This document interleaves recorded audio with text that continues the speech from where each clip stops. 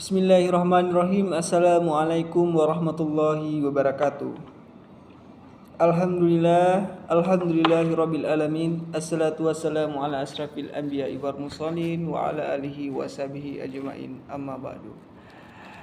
Yang pertama-tama tak lupa pula kita sanjung sajikan kehadiran Nabi kita Nabi Muhammad SAW yang telah membawa kita dari alam kegelapan ke alam yang berilmu pengetahuan yang kita rasakan pada saat ini.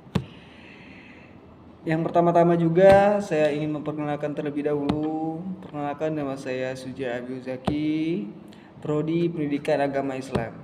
Di sini saya akan membahas tentang metodologi, antropologi, dan sosiologi dengan mata kuliah metodologi studi Islam. Nah, di pembahasan pertama ini, apakah antropologi itu? Nah, banyak ilmu yang mengkaji tentang manusia. Masing-masing kajian tersebut juga menggunakan sudut pandang dan analisisnya. Salah satu ilmu yang mempelajari manusia dari sudut pandang, cara berpikir, dan pola berperilaku adalah antropologi. Sering juga disebut antropologi sosial dan budaya. Yang selanjutnya, sesungguhnya ilmu antropologi sangat luas bidang kajiannya. Pola kajian yang mempelajari tingkah laku dan cara berpikir dari manusia senantiasa mengalami tingkat kemajuan. Dari cara berpikir yang sangat sederhana sampai tingkat modern, dari manusia dahulu hingga manusia sekarang. Yang selanjutnya, antropologi adalah ilmu pengetahuan yang mempelajari umat manusia sebagai makhluk yang bermasyarakat. Perhatian antropologi ditunjukkan pada sifat khusus badani dan cara produksi, tradisi, dan nilai-nilai yang membuat pergaulan hidup yang satu berbeda dari pergaulan hidup lainnya. Antropologi juga secara lebih khusus mengkaji manusia dari sudut keanekaragamannya, yaitu aneka warna fisik dan tingkah laku serta cara berpikirnya. Secara global dapat diungkapkan ruang lingkup dari antropologi. Yang pertama ada antropologi fisik, yang kedua adalah antropologi budaya. Pembahasan selanjutnya, pendekatan antropologi dengan agama. Antropologi seperti semua disiplin ilmu pengetahuan lainnya, yaitu harus membebaskan dirinya dari visi yang sempit. Ia harus mempelajari suatu yang baru, sederhana, tetapi kebenaran yang primordial dari semua ilmu pengetahuan, yaitu kebenaran pertama Islam. Dalam berbagai penelitian mengenai antropologi agama dapat ditemukan adanya hubungan yang positif antara kepercayaan agama dengan kondisi ekonomi dan politik. Menurut kesimpulan penelitian antropologi, golongan masyarakat kurang mampu dan golongan miskin pada umumnya lebih tertarik kepada gerakan keagamaan yang bersifat mesianis yang menjanjikan perubahan tatanan sosial kemasyarakatan.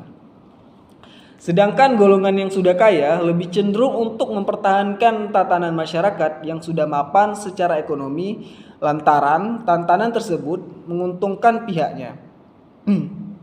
Dari uraian di atas memperlihatkan bahwa pendekatan antropologi dengan jelas dapat mendukung dan menjelaskan bagaimana suatu fenomena agama itu terjadi. Dengan menggunakan pendekatan dan perspektif antropologi tersebut di atas diketahui bahwa doktrin-doktrin dan fenomena-fenomena keagamaan ternyata tidak berdiri sendiri dan tidak pernah terlepas dari jaringan institusi atau kelembagaan sosial kemasyarakatan yang mendukung keberadaannya. Inilah makna dari penelitian antropologi dalam memahami gejala-gejala keagamaan. Pembahasan selanjutnya, apa sih sosiologi itu? Di sini dijelaskan Georg Ritzer, tokoh teoretisi sosiologi, mengungkapkan bahwa ilmu pengetahuan berparadigma ganda. Paradigma adalah pokok persoalan yang terjadi objek kajian sosiologi. Bagi Giorgio, di dalam sosiologi ada 3 paradigma, yaitu pokok permasalahan yang terjadi yang menjadi objek kajian sosiologi, yakni paradigma fakta sosial, di mana paradigma fakta sosial berargumentasi bahwa objek studi sosiologi yang sebenarnya adalah fakta-fakta sosial yang terdiri dari struktural dan pranata sosial. Yang kedua ada paradigma definisi sosial. Sedangkan menurut paradigma definisi sosial, objek studi sosiologi adalah tindakan sosial yang penuh arti atau makna. Selanjutnya ada paradigma perilaku sosial. Akhirnya, paradigma perilaku sosial ini berpendapat bahwa objek kajian yang sesungguhnya dari sosiologi adalah perilaku manusia yang tampak dan kemungkinan perulangnya. Nah, di sini ada pendekatan sosiologi dalam studi Islam. Semenjak kelahirannya, sosiologi concern dengan studi agama, meskipun perhatiannya terkadang menguat dan melemah. Seiring dengan datangnya postmodernitas atau bisa disebut dengan high or light modernity dan bangkitnya agama dalam beragam konteks global. Agama kembali memperoleh signifikan sosiologi baik dalam masyarakat yang sedang berkembang maupun di Eropa dan Amerika Utara. Menurut anggapan umum, Auguste Comte dan Henry Saint-Simon adalah pendiri sosiologi. Bagi Comte, sosiologi mengikuti jejak ilmu alam, observasi empiris terhadap masyarakat. Manusia akan melahirkan kajian rasional dan positivistik mengenai kehidupan sosial yang akan memberikan prinsip-prinsip pengorganisasian bagi ilmu kemasyarakatan. Dalam pandangan Comte, bentuk positivistik konsepsi sosiologi akan membawa konsekuensi hilangnya agama dan teologi sebagai model perilaku dan keyakinan dalam masyarakat modern. Sedangkan Durkheim dalam kajian sosiologinya memfokuskan agama pada aspek fungsi, di mana agama dilihat sebagai jembatan ketegangan dengan suku atau kelompok lainnya. Karena agama seringkali melahirkan keteraturan sosial dan moral, mengikat anggota masyarakat dalam suatu proyeksi kebersamaan, sekumpulan nilai dan tujuan sosial bersama.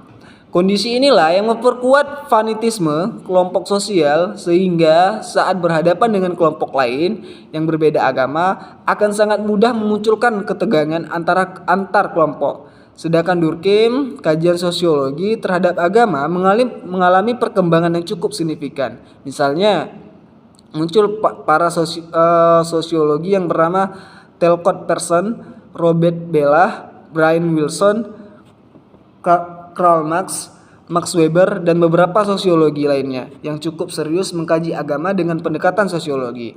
Kendati pun banyak di antaranya yang memperkuat paham sekuler. Nah, yang di sini ada objek kajian pendekatan sosiologi. Menurut Muhammad Atom Muzar, pendekatan sosiologi agama dapat mengambil beberapa tema atau objek penelitian seperti studi tentang pengaruh agama terhadap perubahan masyarakat, studi tentang pengaruh struktur dan perubahan masyarakat terhadap pemahaman ajaran atau konsep keagamaan, studi tentang tingkat pengalaman beragama masyarakat, studi pola interaksi sosial masyarakat muslim, dan yang terakhir studi tentang gerakan masyarakat yang membawa paham yang dapat melemahkan atau menjunjung kehidupan beragama. Setiap tema yang dikaji setidaknya tetap relevan dengan teori sosiologi, baik teori fungsionalisme, konflik maupun interaksionalisme. Teori fungsionalisme dan konflik bekerja dengan cara analisis makro sosiologi, yaitu memfokuskan perhatiannya pada struktur sosial. Adapun teori interaksionalisme dengan cara analisis mikro, yaitu lebih memfokuskan perhatiannya pada karakteristik personal dan interaksi yang terjalin antara individu. Nah, kesimpulan dari pembahasan sosiologi ini adalah pendekatan antropologi dalam memahami agama dapat diartikan sebagai salah satu upaya memahami agama dengan cara melihat wujud praktik keagamaan yang tumbuh dan berkembang dalam masyarakat. Antropologi adalah salah satu disiplin ilmu dari cabang ilmu pengetahuan sosial yang memfokuskan kajian pada manusia. Pendekatan sosiologi digunakan sebagai salah satu pendekatan dalam memahami agama. Hal demikian dapat dimengerti karena banyaknya bidang kajian agama baru dapat dipahami secara proporsional dan tepat apabila menggunakan jasa bantuan dari ilmu sosiologi. Yang selanjutnya, sosiologi adalah ilmu yang mempelajari hidup bersama dalam masyarakat dan menyelidiki ikatan-ikatan antara manusia yang menguasai hidupnya itu. Dengan hal itu, maka dapat dipahami antropologi dan sosiologi agama sangat berperan penting dalam kehidupan yang nyata untuk mensosialisasikan kehidupan beragama.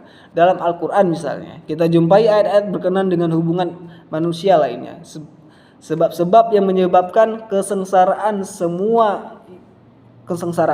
Semua itu jelas dapat dijelaskan apabila yang memahaminya mengetahui sejarah sosial pada saat ajaran agama itu diturunkan. Jadi antropologi dan sosiologi adalah agama sangat perlu dipelajari dan diamalkan dalam kehidupan sehari-hari.